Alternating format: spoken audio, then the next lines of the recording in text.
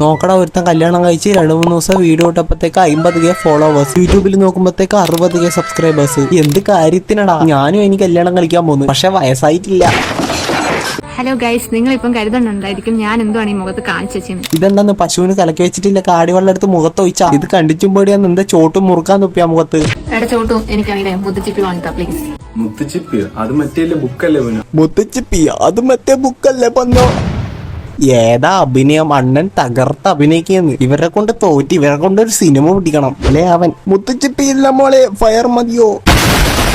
Hello guys, Ponnoos രാവിലെ എവിടെ പോകുന്നു ചോദിക്കാം. നിന്റെ പൊന്നൂസ് രാവിലെ സ്കൂളിലേക്ക് തന്നെയല്ലേ പോക്ക്? അത് ഇത്ര എടുത്ത് പറയേണ്ട കാര്യം എന്താടാ അവരാതെ കുട്ടാ? നിന്റെ പൊന്നൂസ് എങ്ങനെയായാലും സ്കൂളിലേക്ക് തന്നെയല്ലേ പോകുന്നത്, MBBS പഠിക്കാനൊന്നല്ലല്ലോ പോകുന്നത്. ഇൻസ്റ്റാഗ്രാമിൽ നിന്ന് കിട്ടുന്ന നോക്കിനൊന്നും ഒരു കുറവുമില്ല. എന്നിട്ട് ഇവരെ ഇന്റർവ്യൂവിൽ കൊണ്ടുവന്നുകൊണ്ട് ഊക്കുന്നു. അമ്മയച്ഛനെ സ്വീകരിക്കുന്നു തോന്നുന്നുണ്ടോ? ഇനി നമ്മളുടെ വീട്ടിൽ നിന്ന് ഒരു കുട്ടി ഇറങ്ങി പോകുമ്പോ എന്താന്നാലിപ്പം അവന് മനസ്സിലാവും, ഒരു ചേട്ടനല്ലേ. കല്യാണം കഴിച്ചതിന്റെ പേരിൽ ഇത്രയും യൂക്ക് കിട്ടിയ കപ്പിൾസ് ഇവര് മാത്രമായിരിക്കും. എന്തോ വലിയ കാര്യം ചെയ്ത് മഹാന്മാരായ ആൾക്കാർക്ക് പോലും വെറൈറ്റി മീഡിയ ഇന്റർവ്യൂ കൊടുക്കുന്നത് ഞാൻ കണ്ടിട്ടില്ല. ഇങ്ങനെ കുറെ അപരാധങ്ങൾക്ക് മാത്രമാണ് വെറൈറ്റി മീഡിയ ഇന്റർവ്യൂ കൊടുക്കുന്നത്. ഇവരെ ഇങ്ങനെ പിടിച്ചുകൊണ്ട് നോക്കാനാണ് എന്തിനാണ് വെറൈറ്റി മീഡിയ ഇവർക്ക് വെറുതെ ഇന്റർവ്യൂ കൊടുക്കുന്നത്? അജ്ജാതി ഊക്കാന്ന് കൊടുക്കുന്നത്, അത് ഇന്റർവ്യൂവിൽ വിളിച്ചു വരുത്തിയിട്ട്.